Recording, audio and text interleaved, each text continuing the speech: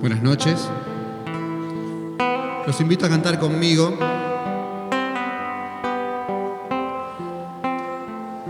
Hoy vamos a hablar del Espíritu Santo.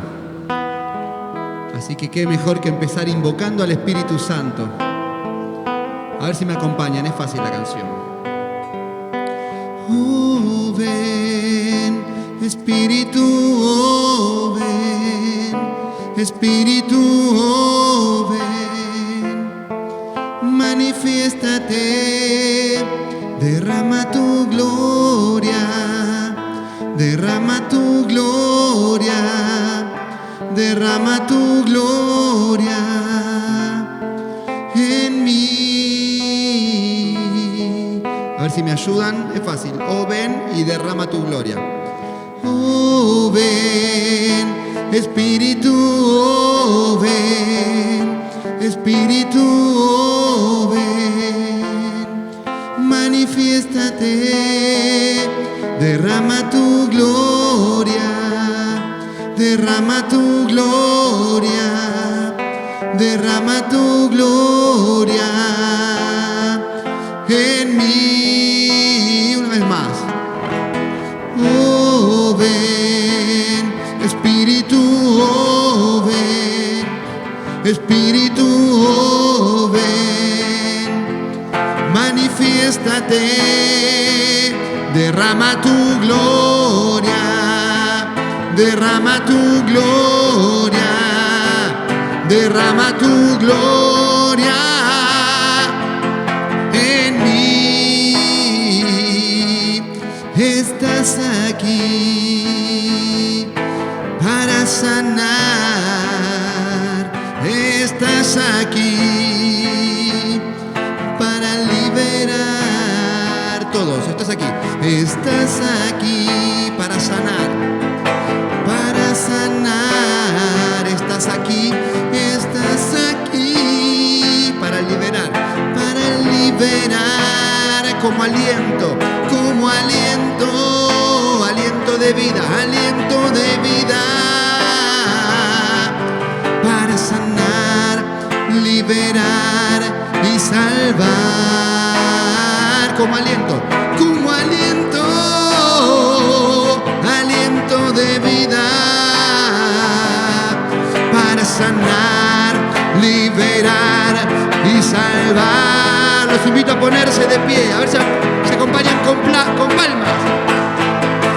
Oh, ven, Espíritu, oh, ven, Espíritu, oh, ven, manifiéstate, derrama tu gloria, derrama tu gloria, derrama tu gloria en mí. Espíritu, oh, ven, Espíritu, oh, ven, Espíritu, oh, ven, manifiéstate, derrama tu gloria, derrama tu gloria, derrama tu gloria en mí. Estás aquí para sanar, estás aquí para liberar, estás aquí para sanar, estás aquí para liberar, como aliento de vida, para sanar, liberar y salvar, como aliento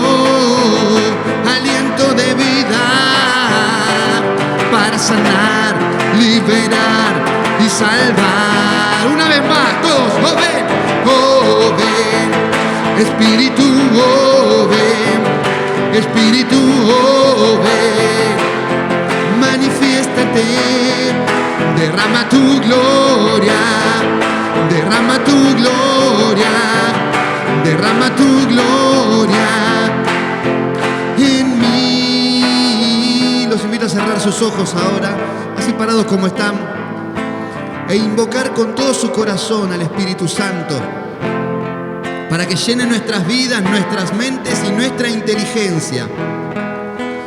Oh, ven, Espíritu, oh, ven, Espíritu, oh, ven, manifiéstate, derrama tu gloria, derrama tu gloria, derrama tu gloria en mí. Pueden sentarse. Oh, ven, Espíritu, oh, ven, Espíritu, oh, ven, manifiéstate.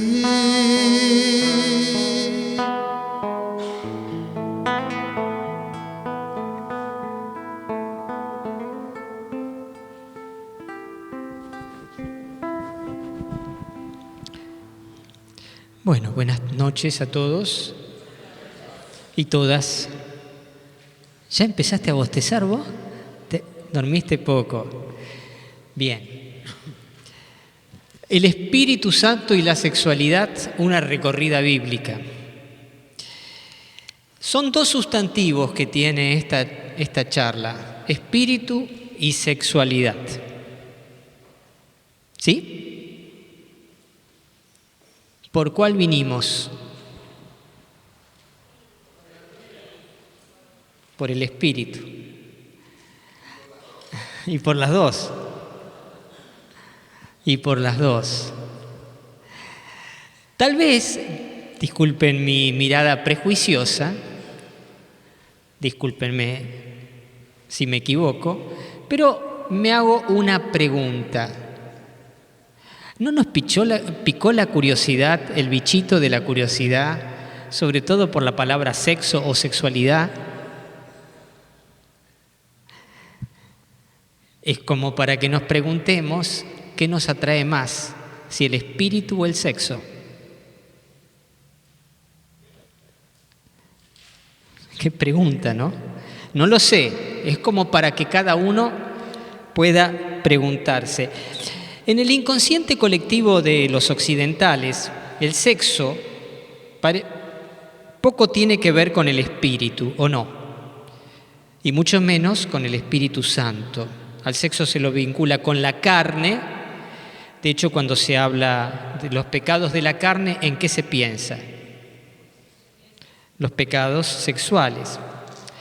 Sin llegar a pretender que el cometido de estas charlas será mostrar lo contrario, podríamos decir que un cristiano que recibe el Espíritu Santo y se deja conducir por él, ve elevarse,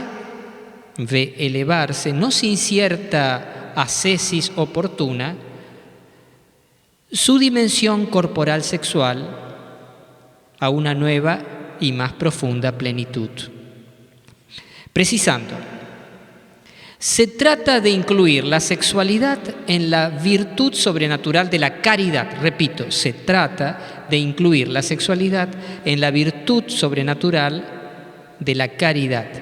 En síntesis, queremos reconciliar la sexualidad con el espíritu. Este es el cometido, reconciliar la sexualidad con el espíritu. El espíritu con minúscula, estoy hablando en primer lugar del espíritu con minúscula, es decir, en la dimensión más profunda de cada ser humano, su mismidad más íntima, su instancia más personal, y el espíritu con E mayúsculas, es decir, el Espíritu de Dios, el Espíritu Santo. Pretendo mostrar, sobre todo a partir de la escuela de San Pablo, la escuela paulina, que cuando nos dejamos guiar y transformar por el Espíritu de Dios, se humaniza y se diviniza nuestra sexualidad. Y cuando nuestra sexualidad se humaniza y se diviniza, se vuelve mucho más plena, gozosa y satisfactoria en cualquier estado de vida. En esta lógica se inscribe la primera de estas dos charlas. Son dos charlas sucesivas. La segunda, el próximo viernes, se ubicará en las antípodas. ¿Qué pasa cuando no es el Espíritu Divino quien guía y motoriza nuestras decisiones? Cuando nuestro espíritu, en lugar de permitir a la fe y a la gracia que lo divinice, y transforme, se deja avasallar por otra agenda, la llamaremos la agenda de una vida sin Dios, la agenda del mundo y de la carne. Y la respuesta bíblica ante esto se yergue incólume y dramática ante esta pregunta. No porque se hipotetice sobre una magnitud posible, sino por la trágica secuela de patologías derivadas de una sexualidad sin espíritu, con E minúscula, y sin espíritu, con E mayúscula. Perversiones a troche y moche que engendran cada vez más sutiles y sofisticadas perversiones en los tiempos subsiguientes. Pero de esto vamos a hablar el viernes que viene. ¿Va? Voy a dar una pequeña precisión sobre 3 términos. Voy a ir más rápido en esta parte, sintetizando. Cuerpo, alma y espíritu. Son 3 palabras: cuerpo, alma y espíritu. Cuerpo. En la Biblia, cuando se habla del ser humano, se habla de estas 3 dimensiones: cuerpo, alma y espíritu. No como 3 dimensiones separadas entre sí, sino como 3 dimensiones distintas, pero complementarias. En la unidad fundamental, el cuerpo es lo exterior, la magnitud con la cual nos contactamos con con el mundo y con los demás. El alma tiene que ver con... Alma en griego se dice psique, psiquis, con las actividades psíquicas, sea las del conocimiento, las de la voluntad o las de la afectividad. Y el espíritu es la dimensión más íntima, más profunda, el yo que se conecta con el espíritu de Dios o con el espíritu del mundo. En todo caso será nuestro yo espiritual. Pero bueno, ahora vamos a establecer las bases de esta charla. Y ahora te pido entonces que pongas la siguiente. Voy a leer Romanos, capítulo 8, del 1 al 11. Dije que la escuela de San Pablo iba a ser... Esta es la lectura fundamental. Dice Romanos 8, 1, 11. Por lo tanto, ya no hay condenación para aquellos que viven unidos a Cristo Jesús. Porque la ley del Espíritu que da la vida me libró en Cristo Jesús de la ley del pecado y de la muerte. Lo que no podía hacer la ley, reducida a la impotencia por la carne, Dios lo hizo enviando a su propio Hijo en una carne semejante a la del pecado y como víctima por el pecado.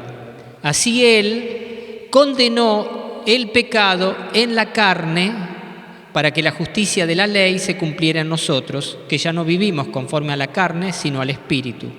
Ya fíjense, ya no vivimos conforme a la carne, sino conforme al Espíritu. Sigue, versículo 5. En efecto, los que viven según la carne,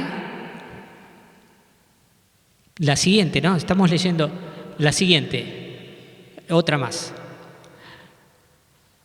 En efecto, los que viven según la carne desean lo que es carnal. En cambio, los que viven según el Espíritu desean lo que es espiritual. Ahora bien, los deseos de la carne conducen a la muerte, pero los deseos del Espíritu conducen a la vida y a la paz. Porque los deseos de la carne se oponen a Dios, ya que no se someten a su ley, ni pueden hacerlo. Por eso los que viven de acuerdo con la carne no pueden agradar a Dios. Siguiente. Pero ustedes, dice San Pablo, no están animados por la carne, sino por el Espíritu, dado que el Espíritu de Dios habita en ustedes. El que no tiene el Espíritu de Cristo no puede ser de Cristo. Pero si Cristo vive en ustedes, aunque el cuerpo esté sometido a la muerte a causa del pecado, el Espíritu vive a causa de la justicia. Y si el Espíritu de aquel que resucitó a Jesús habita en ustedes, el que resucitó a Cristo Jesús también dará vida a sus cuerpos mortales por medio del mismo Espíritu que habita en ustedes. Bien, palabra de Dios. Pablo está argumentando a lo largo de toda la carta a los romanos, después voy a ir a la carta a los corintios, está argumentando sobre la salvación que no viene a partir del cumplimiento de la ley. Los judíos no recibieron la ley, dice Pablo, pero no la cumplieron. ¿Por qué? Porque hay una ley, la ley de la carne, la debilidad humana, que les impidió cumplir la ley. Entonces, dice, la salvación no se logra por cumplir la ley. Esto es el gran tema de Pablo. La salvación no se logra por cumplir la ley, sino la salvación, dice Pablo, es una gracia obtenida por Jesucristo, por Jesucristo, en su cruz. Por eso, cuando dice aquellos que se han abierto a la salvación y que han aceptado por la fe a Jesucristo, dice, sobre ellos ya no pesa ninguna condenación. Ya no hay condenación alguna para los que están en Cristo Jesús. Ya no. Pero fíjense la fuerza y la vehemencia con la que él se expresa. Ya no hay condenación alguna. Es enfático y es absoluto. Pero Pablo justifica. Seguí. A ver. No, te pasaste antes. Bien, eso es lo que recién comenté, lo que ahora voy a comentar. ¿Por qué ya no hay condenación alguna para los que están en Cristo Jesús? Dice Pablo, porque la ley del pecado, solamente move cuando yo te indique, Mariano, así no te pasás. Porque la ley del pecado que da la vida me libró en Cristo Jesús de la ley del pecado y de la muerte. Fíjense que hay dos leyes. La ley del Espíritu, estaba la ley a secas, que es la ley de Moisés, pero está la ley del Espíritu, o sea, una nueva ley. Después va a abundar sobre esto. La ley del Espíritu me liberó de la ley del pecado y de la muerte, de otra ley. Fíjense cuántas leyes. Tenemos la ley del pecado, la ley del Espíritu, la ley. La ley del Espíritu me liberó de la ley del pecado. Y lo que no podía hacer la ley, acá es la ley de Moisés, reducida a la impotencia por la carne es la debilidad humana, Dios lo hizo enviando a su propio Hijo en una carne semejante a la del pecado y como víctima por el pecado. Fíjense, hay la ley de la carne, pero Jesucristo asumió la carne, pero no completamente la ley de la carne, porque su carne no estuvo sometida a la ley de la carne. Por eso dice, fue una carne, la de Jesucristo, semejante a la carne del pecado, pero no fue la carne del pecado. Pero en su carne, Jesucristo sufrió lo que hubiéramos sufrido cualquiera de nosotros en nuestra carne, de haber pasado por una experiencia semejante a la de la crucifixión. Y dice, y como víctima por nuestro pecado, Él asumió, fue como algo así como el pararrayos, que asumió toda la justicia divina que condena el pecado. Él pagó el castigo del pecado de toda la humanidad. Por eso dice, ya no hay condenación alguna a los que están unidos a Cristo Jesús. Y entonces, dice Pablo, comienza a referir los efectos que esta ley del Espíritu, la ley del Espíritu, produce en nosotros, en contraposición con lo que era la ley de la carne o vivir según la carne. Vamos a la siguiente. Miren lo que dice Pablo. releo algo que ya leí, pero ahora vamos a ir analizándolo. Dice, ya no vivimos conforme a la carne, sino al Espíritu. Fíjense que ya no vivimos conforme a la carne, sino al Espíritu. Versículo 5, en efecto, los que viven según la carne desean lo que es carnal. En cambio, los que viven según el Espíritu desean lo que es espiritual.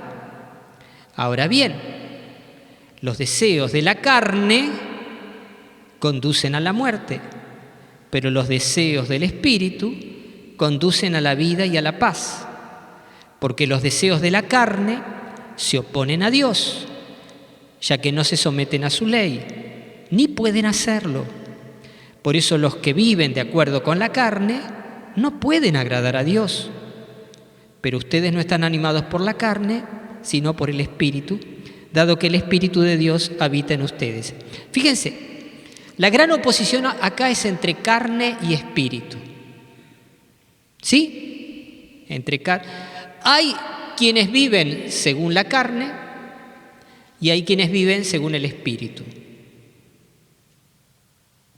¿Qué significa vivir según? Acá, ¿qué significa ese según?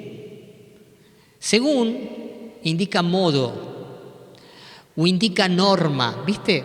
Vamos a poner, ¿se acuerdan los binorma? Bueno, acá no se puede ser binorma según la carne y el espíritu, porque una de las dos normas va a prevalecer sobre la otra.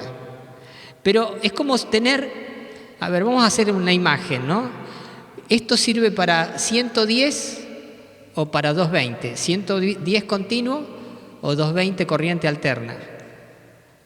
Se puede enchufar en los dos. Son dos normas,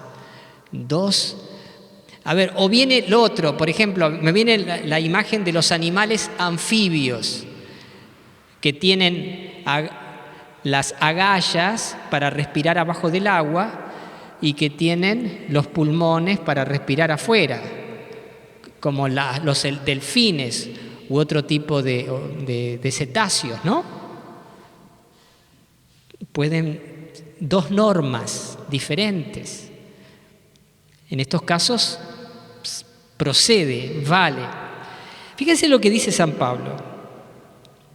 Primero, establece claramente que los destinatarios de su carta son cristianos, como ustedes, todos, que han adherido a Cristo, lo han aceptado como Señor, dueño de sus vidas. Y Pablo mira claramente las ventajas del nuevo estado de los cristianos, sin olvidar las desventajas y peligros que se cernían anteriormente sobre ellos. Fíjense, en primer lugar habla de deseos, versículo 6, ¿no? Los deseos de la carne conducen a la muerte, los deseos del espíritu conducen a la vida y a la paz. Utiliza ahí una palabra griega que se dice fronema. Fronema puede traducirse como deseos, pero puede traducirse también como mentalidad. Es una manera de pensar. No es el deseo así, podría decirse también que es un patrón de pensamiento, de conducta, vivirse los deseos, los pensamientos. Es decir, cuando uno vive según la carne, piensa según la carne. Y esos pensamientos generan deseos según la carne. Cuando uno vive según el Espíritu, piensa según el Espíritu y ese pensamiento genera deseos de acuerdo al Espíritu. Hasta aquí lo que Pablo está diciendo. Hay dos tipos de deseos diferentes, los de la carne y los del Espíritu. Cuando dice carne acá Pablo, no está pensando simplemente en la sexualidad, está pensando en los criterios y comportamientos materialistas, como dice la profesión de fe que se reza a veces en el bautismo, los criterios y comportamientos materialistas que consideran el dinero como la aspiración suprema de la vida. Es un pensamiento carnal, el placer ante todo, el propio interés por encima del bien común. Son deseos de la carne. Son carnales. ¿Hasta acá me siguieron? No se me duerman, ¿eh? Los que viven según la carne desean lo que es carnal, dice Pablo, es decir, ponen su placer en la carne, en los criterios y comportamientos que consideran lo carnal como la aspiración. En cambio, los que viven según el Espíritu desean lo que es espiritual. Sus mentes y corazones se han abierto a una dimensión trascendente y plenificante. Atención, se trata de dos chips, otra imagen, para hablar de estos, según la carne, en griego, katá, sarca, según la carne. Dos chips, dos mentalidades opuestas. Estas mentalidades engendran deseos, apegos, búsquedas contrapuestas. Lo que se busca no viene de afuera, sino de adentro. La mente se aplica a pensar, recordar y desear realidades diversas. No es que los que viven según el Espíritu no tengan este tipo de pensamiento, no es que uno vive según el Espíritu y no pueda tener ningún pensamiento carnal. Pero podría uno en ese momento identificarlo como tentaciones. Es que el corazón que ha gustado cuán bueno es el Señor,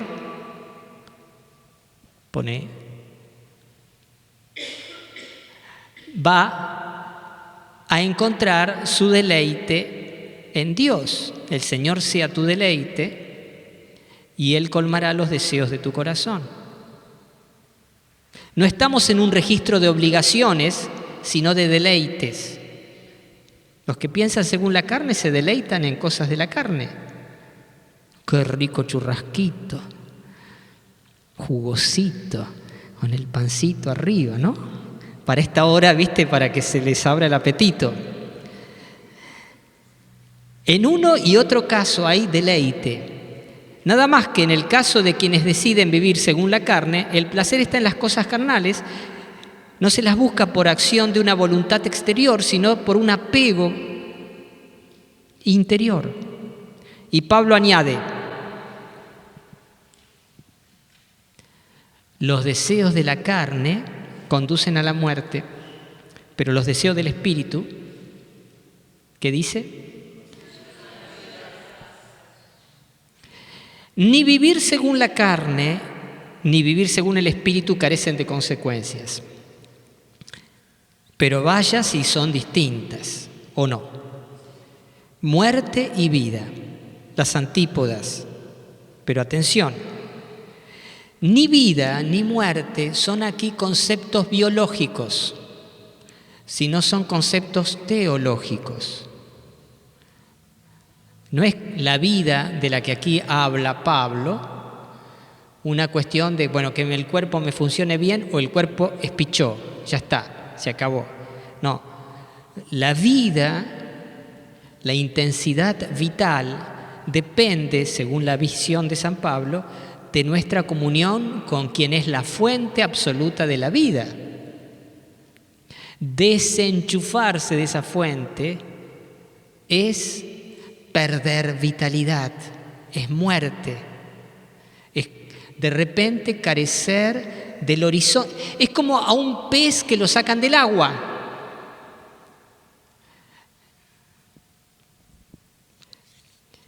Y Pablo culmina esta reflexión definiendo teológicamente algo muy profundo e iluminador. Siguiente. 8:7-8. Porque los deseos de la carne se oponen a Dios, ya que no se someten a su ley, ni pueden hacerlo. Por eso los que viven de acuerdo con la carne no pueden agradar a Dios. Estos deseos, pensamientos, esta mentalidad carnal, en algún momento se vuelven un misterio trágico dentro del ser humano. Son una realidad, por otra parte, tan común, cuya lógica más íntima es la oposición a Dios, su negación, la voluntad esmerada de neutralizar su ley como una realidad que nos vincule. Los deseos de la carne son, en definitiva, voy a usar una palabra, deicidas. Los deseos de la carne son deicidas. ¿Saben qué significa deicida? ¿Qué significa homicida? ¿Qué significa suicida? ¿Qué significa femicida? ¿Qué significa deicida? Matar a Dios. Intentan matar a Dios para que el hombre sea, dicen, y sea libre. Dios no debe existir. Decía Dostoyevsky en Los hermanos Karamazov, Iván Karamazov, de los tres hermanos, el ateo ilustrado, el europeo, el que había estudiado en París, dice: si Dios no existe, todo está permitido. Así que es mejor que Dios no exista.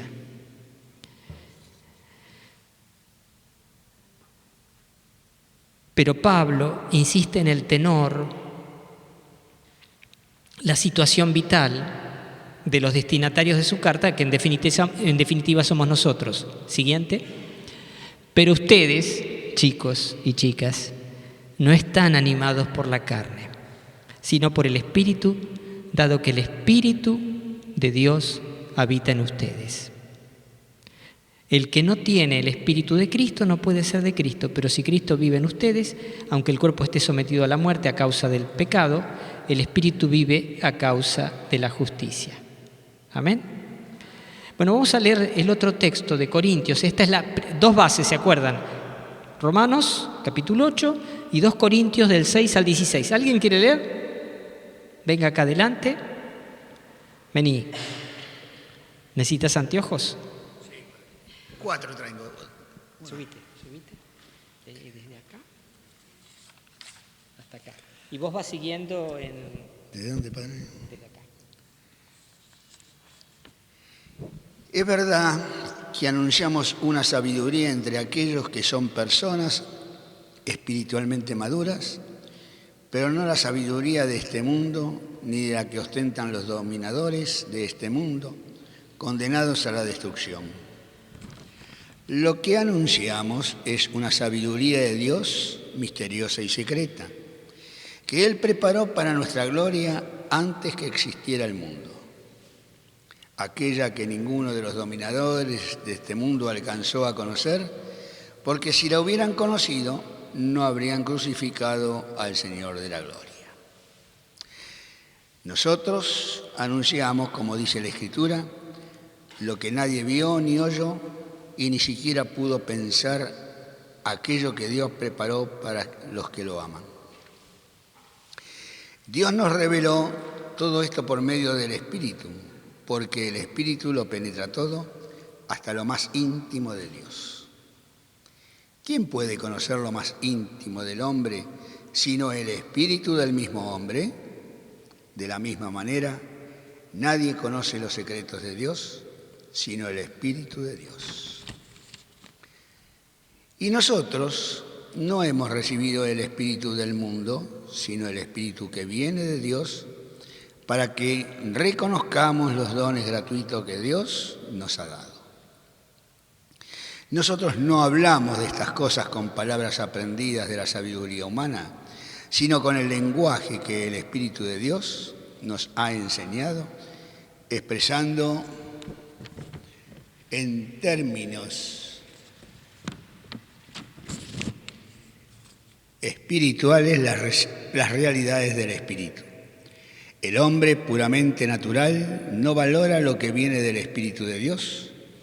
Es una locura para él y no lo puede entender, porque para juzgarlo necesita del Espíritu. El hombre espiritual, en cambio, todo lo juzga y no puede ser juzgado por nadie. Porque ¿quién penetró en el pensamiento del Señor para poder enseñarle? pero nosotros tenemos el pensamiento de Cristo. ¿Hasta ahí, Padre?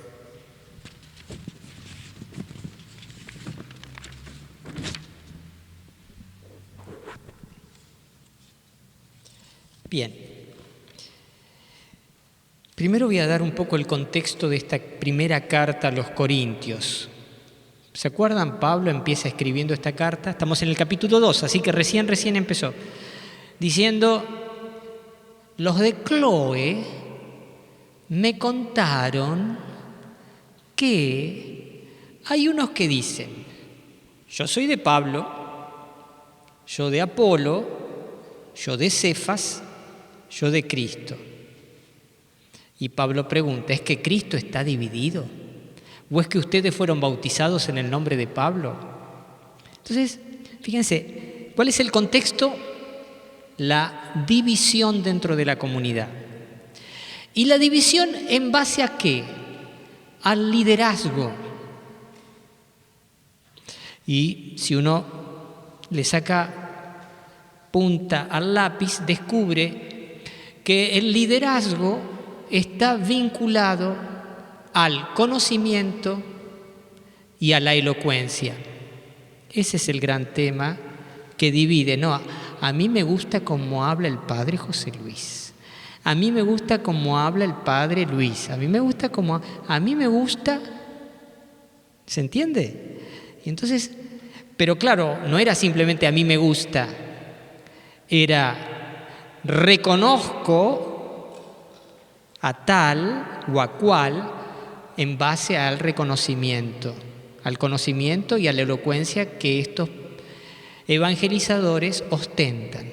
Hasta acá el contexto. Entonces Pablo comienza a argumentar y Pablo a veces cuando empieza a argumentar el Espíritu Santo lo llena y dice cosas que no estaban en el plano o en el plan inicial, pero que son fantásticas. Entre las frases en las que me quiero detener están versículos 14 y 15. Releo, porque es largo todo el contexto, pero era bueno que al menos estuviéramos al tanto de esto, ¿no? Dice, el hombre puramente natural no valora lo que viene del Espíritu. A ver, vamos a detenernos acá. El hombre puramente natural no valora lo que viene del Espíritu. Es, incluso, dice Pablo, es una locura para él. Y no lo puede entender porque para juzgarlo necesita del Espíritu. El hombre espiritual, en cambio, todo lo juzga y no puede ser juzgado por nadie. Fíjense que acá contrapone dos hombres, el hombre puramente natural y el hombre espiritual. Natural es un adjetivo, ¿estamos de acuerdo? Para los que saben griego, ¿saben cómo se dice este natural en griego, en el texto original?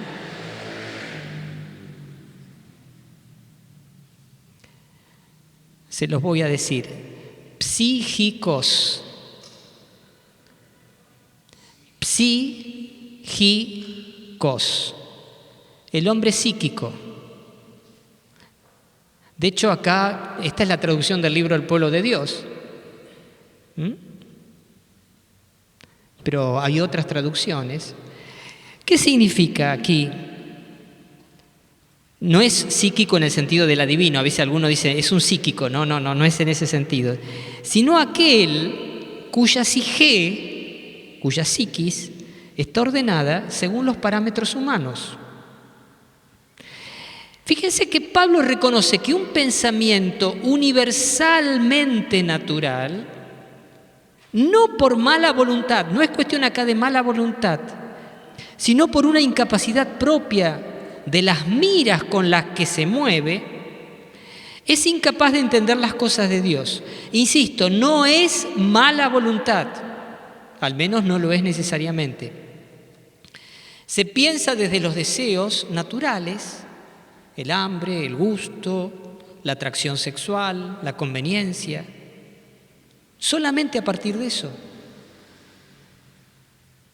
Y Pablo insiste en que desde este lugar el hombre puramente natural no puede entender a Dios, no puede entender. No es que no quiera, por ahí quiere.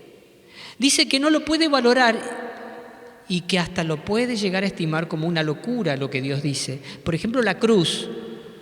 Loco, pará. La cruz, vamos a escuchar el evangelio de la cruz. ¿A quién le gusta la cruz? A mí no me gusta nada. Uno, si sigue solamente el pensamiento natural, la cruz es lo más absurdo, la locura. Es locura. Tiene razón Pablo que dice que es locura, o que lo estima como locura. Así podríamos preguntarnos, me pregunto, no lo voy a sentenciar, pero sí como preguntarlo, si ciertos dictámenes, entre comillas, no sé cuál era la palabra más propia, pero puse dictámenes, de la práctica terapéutica psicológica, en personas incluso que se reconocen adherentes a una perspectiva ética, no tendrían como trasfondo esta limitación. No digo mala voluntad, no reprima.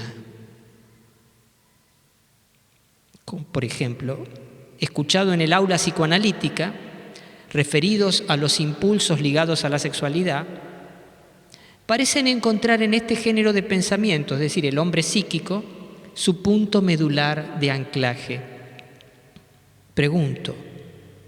También podríamos preguntarnos si la minusvaloración y hasta el desprecio de decisiones radicales como el celibato y la virginidad, la incapacidad de entender ese gesto de entrega a Dios, no se enraizan en esa manera psíquica de pensar y estimar. En contraposición está el hombre espiritual. Dice aquí Pablo que todo lo juzga y no puede ser juzgado por nadie. ¿Sí? Es que mira las cosas desde la linterna sobrenatural de la gracia. La sabiduría divina que le enseña el Espíritu le brinda criterios nuevos para entender la realidad. Su sabiduría es divina. Y termino esta parte con dos referencias al pasar. Las bases ya están, pero quiero como que otros textos muestren lo mismo. Dos textos, uno de Santiago y otro de Judas. Textos que se leen muy poco normalmente. ¿Alguno sabía que hay una carta de Judas en el Nuevo Testamento? ¿Quién sabía que hay una carta de Judas? Bueno, sabía. ¿Vos la leíste? Porque ni yo lo sabía, hasta los 40 años ni me enteré de. Ahí está, antes del Apocalipsis. Pero no es Judas el que se suicidó, es otro, porque no, si se mató no. La primera, Santiago 3, del 13 al 18. ¿Quién lee? A ver, ¿quién quiere leer? Dale, vení, José.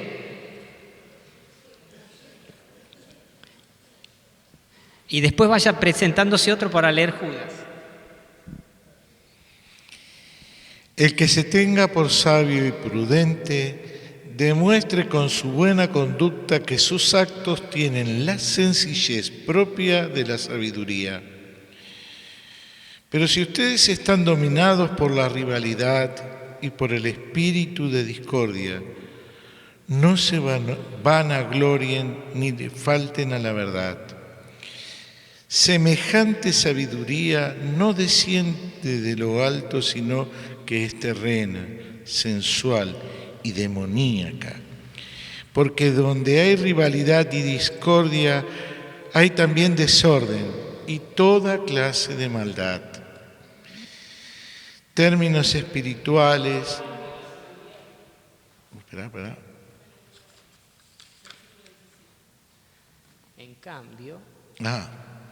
En cambio, la sabiduría que viene de lo alto es ante todo pura y además pacífica, benévola y conciliadora. Está llena de misericordia y dispuesta a hacer el bien. Es imparcial y sincera. Un fruto de justicia se siembra pacíficamente para los que trabajan por la paz. Bueno, ¿y alguna mujer que venga a leer la Judas? Vení, Agustina, dale. Sí, ¿no? Sos catequista, che. Dale, vení, el que se casa. Encima la carta de Judas está buena.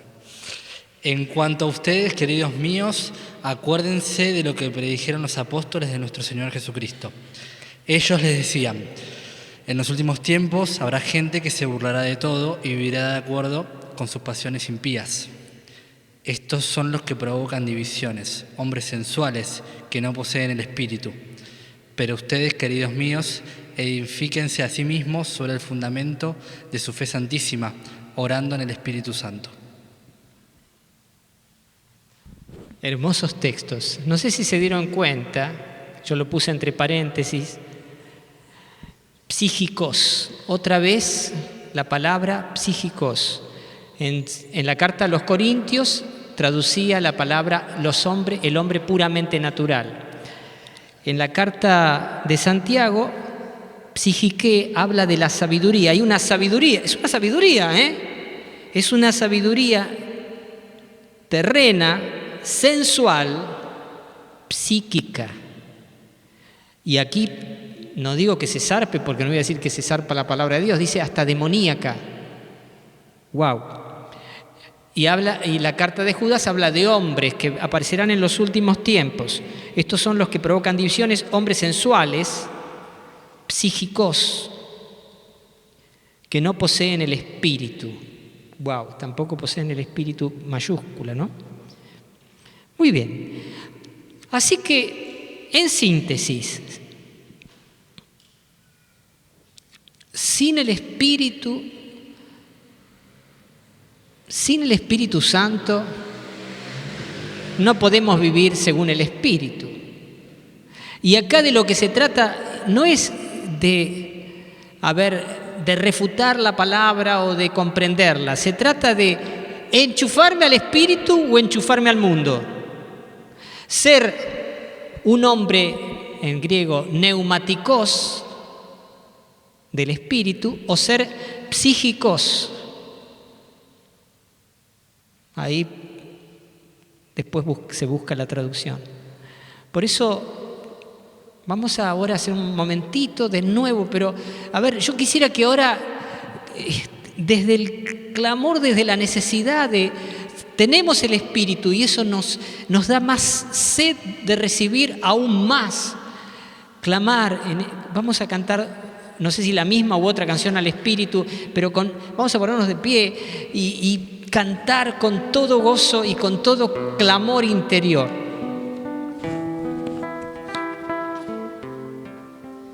Eres fuego en el monte y agua en desiertos, respiro de vida a los huesos secos.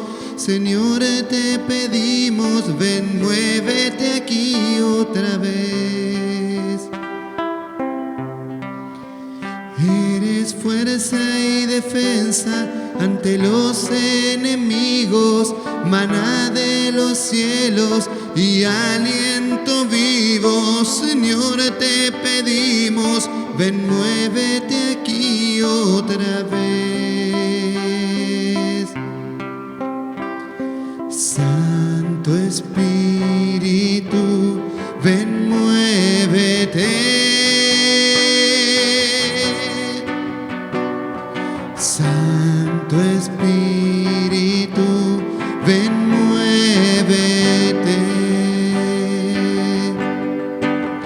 Eres mano que sana y trae esperanza, renuevo de paz para el alma cansada. Señor, te pedimos, ven, muévete aquí otra vez.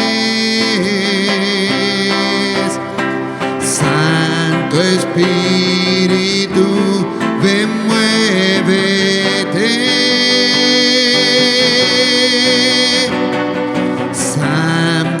Espíritu, ven, muévete. Santo Espíritu, Santo Espíritu, ven, muévete. Santo Espíritu, ven, muévete.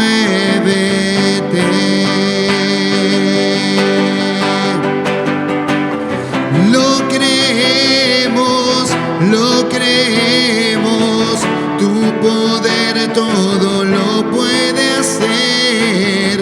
Lo creemos, Santo Espíritu, ven. Vamos a declarar que lo creemos. Lo creemos, tu poder todo lo puede hacer. Lo creemos, Santo Espíritu, ven. Santo Espíritu, ven, muévete. Santo Espíritu, ven, muévete. Santo Espíritu, ven, muévete. Santo Espíritu, ven, muévete.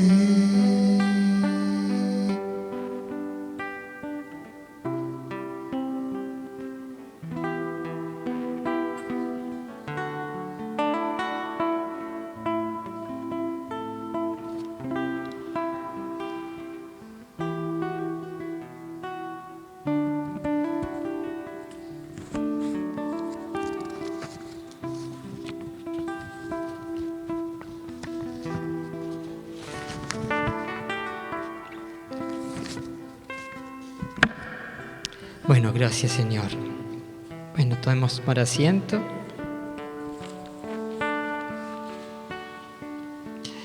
Y ahora, esta segunda parte, después de establecer las bases, va a ser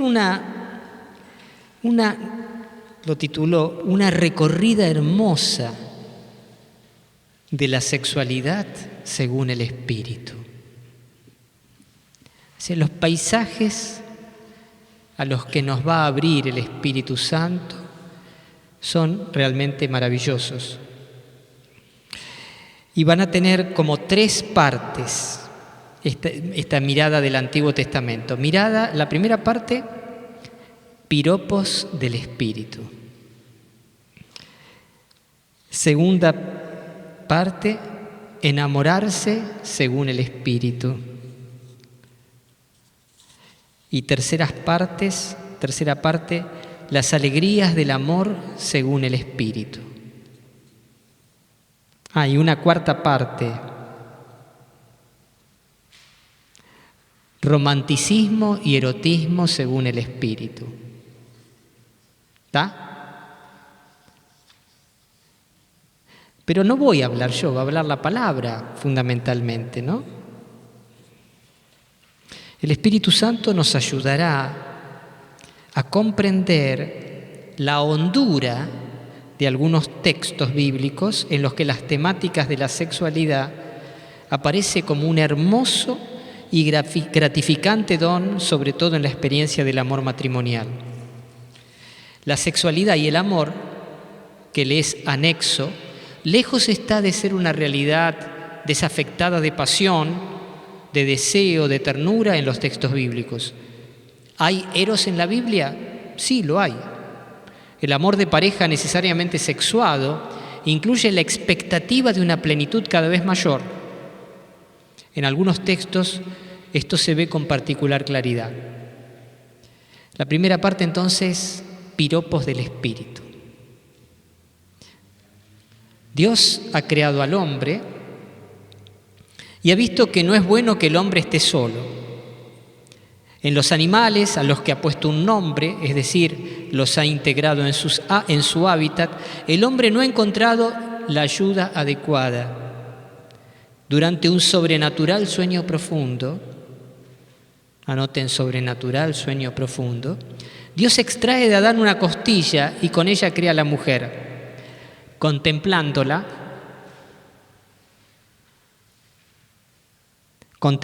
al despertar, el hombre exclama: esta sí que es hueso de mis huesos y carne de mi carne. Se llamará mujer porque ha sido sacada del hombre. Por eso el hombre deja a su padre y a su madre y se une a su mujer, y los dos llegan a ser una sola carne. Relato simbólico y etiológico. Etiología significa que brinda el origen, que habla del origen, de la causa. Relato simbólico y etiológico. El texto del Génesis nos abre una ventana al principio primordial y al designio primordial sobre el amor humano de pareja. Esta atracción y deseo servirán de motor de un proyecto que dure para siempre. Una nueva unión, serán una sola carne. La profecía de Dios que se sigue sobre Adán, con la que se cierra esta sección, muestra el destino. La plenitud que Eros promete, Eros es ese impulso, esa gratificación que experimenta Adán al ver a la mujer. La plenitud que Eros promete supone la responsabilidad de abandonar el pasado para abrirse al futuro de una nueva familia. Punto 1. Punto 2. El espíritu y el enamoramiento, o enamorarse según el espíritu. ¿Quién se enamoró alguna vez? Vivir enamorado. Ahí tendrías que cantar vos acá, José. ¿Sí? Sí, no hay que insistirle. Voy a ver algunos textos de enamoramiento. ¿Les gusta? Anótense para ver. Historias de amor, si las hay, que comienzan cuando un recuerdo, una palabra, una figura encienden una promesa. El enamoramiento existe y existe un enamoramiento del espíritu. Génesis 29, 18, 20. Es la historia de Jacob y Raquel.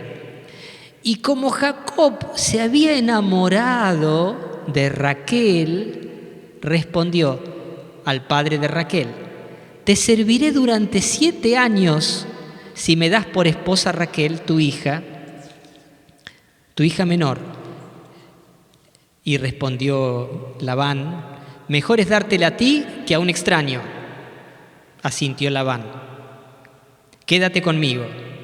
Y Jacob trabajó 7 años para poder casarse con Raquel, pero le parecieron unos pocos días por el gran amor que le tenía. Ahora,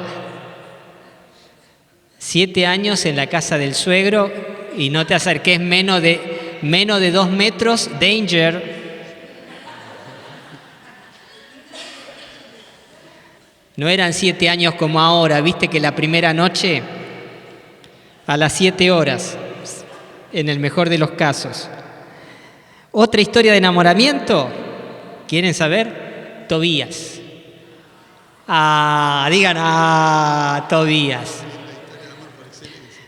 Tobías iba hacia la casa donde estaba Sara, con la que se va a casar, con el ángel Rafael, etc. ¿Recuerdan la historia? Bien.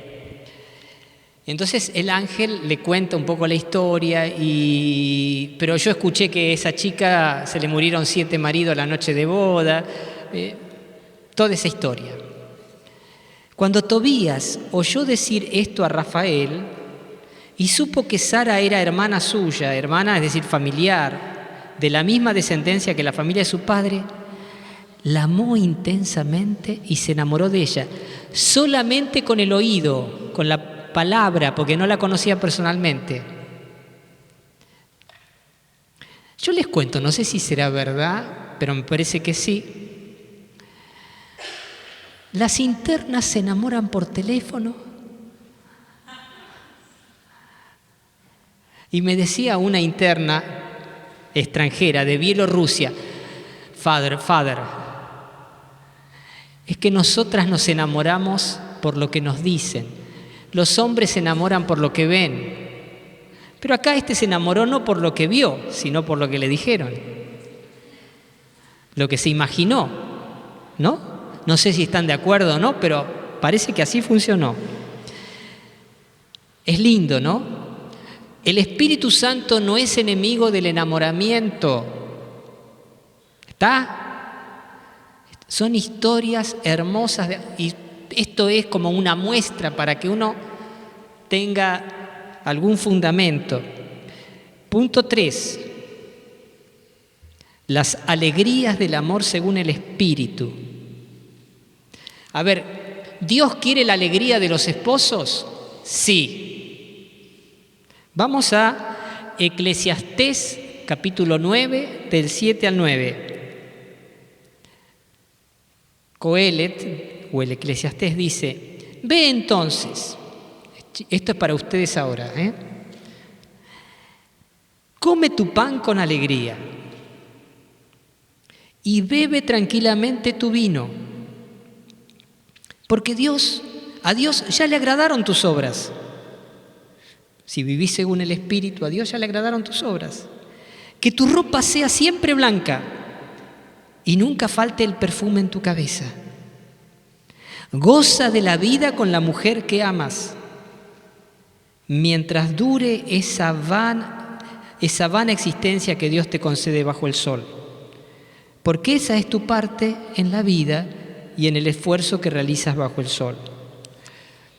Todo el mundo sabe que el libro del Eclesiastés es un libro, digamos, sapiencial, es un libro donde él se plantea cómo las cosas parecen vanas, ¿no? Porque el fin de la muerte parece privar de su sentido a todos los momentos. Y sin embargo, en medio de esto, de su búsqueda de una respuesta, el Eclesiastés dice: bueno, come tu pan con alegría, bebe tu vino, goza de la vida con la mujer que amas. Las alegrías de la familia, del amor, del vínculo. ¿Está bueno o no está bueno? Y esto es sexualidad según el Espíritu Santo. Vamos a Proverbios capítulo 5, otro libro sapiencial. La semana que viene voy a volver sobre Proverbios 5, porque la parte anterior a esta es la historia de un varón incauto que cae en las redes de una prostituta. Pero después dice esto. Mire qué lindo, habla de tu mujer. Bebe el agua de tu cisterna y la que fluye de tu propio pozo. Que tus fuentes no se dispersen hacia afuera, ni tus corrientes de agua por las calles. Que ellas sean para ti solo. Hay un celo justo en el amor de pareja. Que ellas sean para ti solo. No se comparte. La guitarra se puede compartir, la mujer no. El marido tampoco. ¿La guitarra tampoco? No sé qué dice Mariana. Ya es tarde para compartir. Dice: incluso miren qué lindo, bendita sea tu fuente y encuentra tu alegría en la mujer de tu juventud. Sierva amable, graciosa gacela, que en todo tiempo te embriague en sus amores y estés siempre prendado de su afecto. Qué bonito, ¿no? ¿Alguna vez leyeron esto? ¿No? Goza de la vida con la mujer que amas. Bueno, uno puede decir con el varón que amas. Esto, la perspectiva es... Y bueno, y para terminar voy a tomar algo del capítulo 4 del libro del Cantar de los Cantares. El libro del Cantar de los Cantares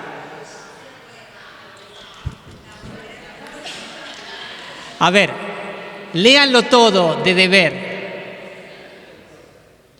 Tomé un capítulo porque, de hecho, después hay una canción que vamos a cantar que se inspira en esto. ¿Quieren escuchar? Bueno, si no quieren, no importa. Voy a leer igual. El amado es el que habla acá, ¿no? Es un diálogo. Esto es para representar como una obra de teatro. El amado le dice a la amada: qué hermosa eres, amada mía. También es un gran piropo, ¿no? Piropos del espíritu. Qué hermosa eres, amada mía. Qué hermosa eres. Tus ojos son palomas detrás de tu velo. Tus cabellos como un rebaño de cabras que baja por las laderas de Galaad. Tus dientes, hasta los dientes Qué lindos dientes, che. Qué lindos que son tus dientes. Tus dientes como un rebaño de ovejas esquiladas que acaban de bañarse, blanquitas, ¿viste? Todas ellas han tenido mellizos y no hay ninguna estéril. Como una cinta escarlata son tus labios, y tu boca es hermosa como cortes de granada son tus mejillas detrás de tu velo. O sea, se imagina todo, porque está el velo, así que no ve. Tu cuello es como la torre de David, construida con piedras talladas. De ella cuelgan 1000 escudos, toda clase de armaduras de guerreros. Tus pechos son como 2 ciervos jóvenes, mellizos de una gacela que pastan entre los lirios. Antes que sople la brisa y huyan las sombras, iré a la montaña de la mirra, a la colina del incienso. Eres toda hermosa, amada mía, no tienes ningún defecto. Ven conmigo del Líbano, novia mía, ven desde el Líbano. Desciende desde la cumbre del Amaná, desde las cimas del Sanir y del Hermón, desde la guarida de los leones, desde los montes de los leopardos. Me has robado el corazón, hermana mía, novia mía, me has robado el corazón con una sola de tus miradas, con una sola vuelta de tus collares. Qué bárbaro, ¿no? Amor a primera vista.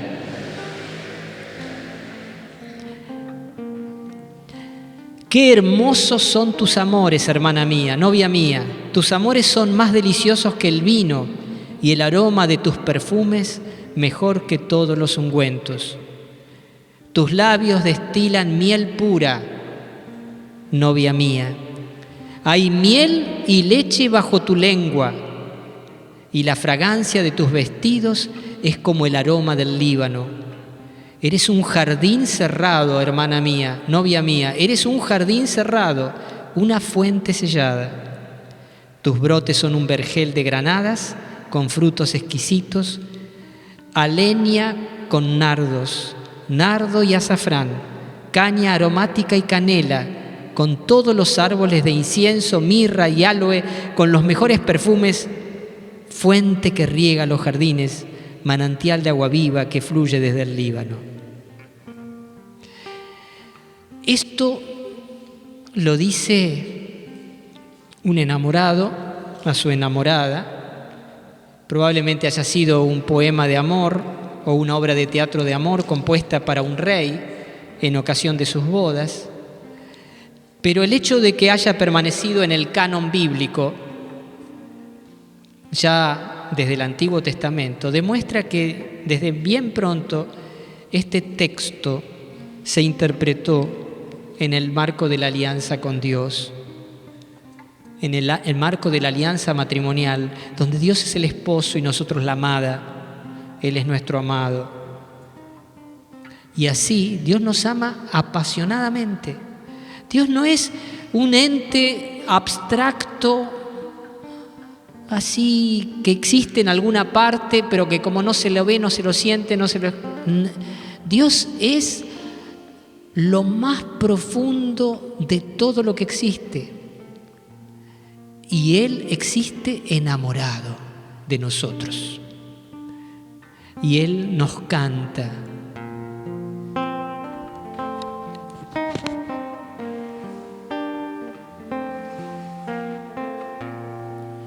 Me robaste el corazón, te adueñaste de mi vida, de tus labios brota miel y tu dulce voz me arrulla.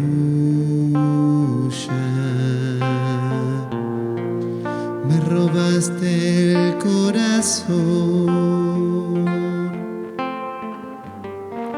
te adueñaste de mi vida, de tus labios brota miel y tu dulce voz me arrulla. Es hermoso estar dormido con el corazón despierto. Es tan agradable verte y tan dulce escuchar. Tú, solo tú, esperanza, amado mío, estás en los colores, en las rosas que florecen, estás en mis canciones, en el viento y el mar. Me robaste el corazón, aunque yo quede en el olvido. Y me gusta estar así, con el corazón enamorado de ti.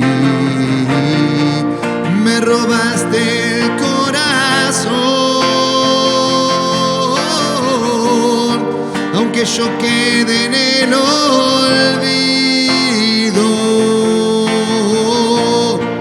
Y me gusta estar así, con el corazón enamorado de ti. Es hermoso estar dormido, con el corazón despierto. Es tan agradable verte y tan dulce escuchar. Es hermoso estar dormido, con el corazón despierto. Es tan agradable verte y tan dulce escuchar. Tú, solo tú, esperanza, amado mío, estás en los colores, en las rosas que florecen. Estás en mis canciones, en el viento y el mar.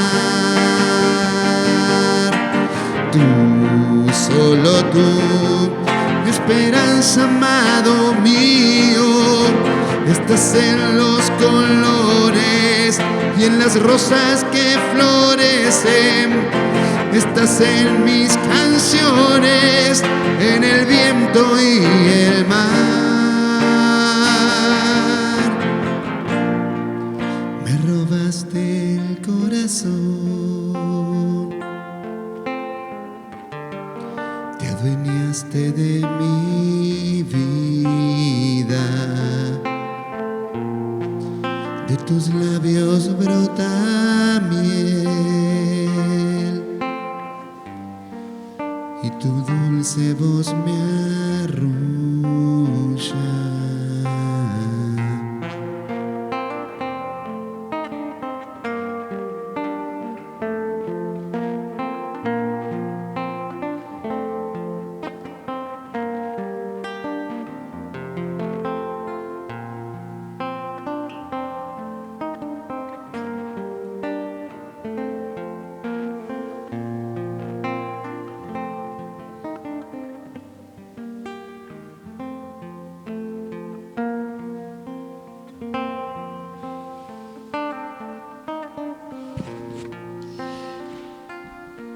Sí, Señor, te hemos robado el corazón y tú nos robaste el corazón. Por eso te damos gracias de llenarnos de tu Espíritu Santo y concédenos enamorarnos cada vez más de ti y que aquellos que han recibido de ti el don y el llamado al matrimonio puedan enamorarse y amarse cada vez más y disfrutarse y gozarse plenamente muchos años y con una plenitud creciente.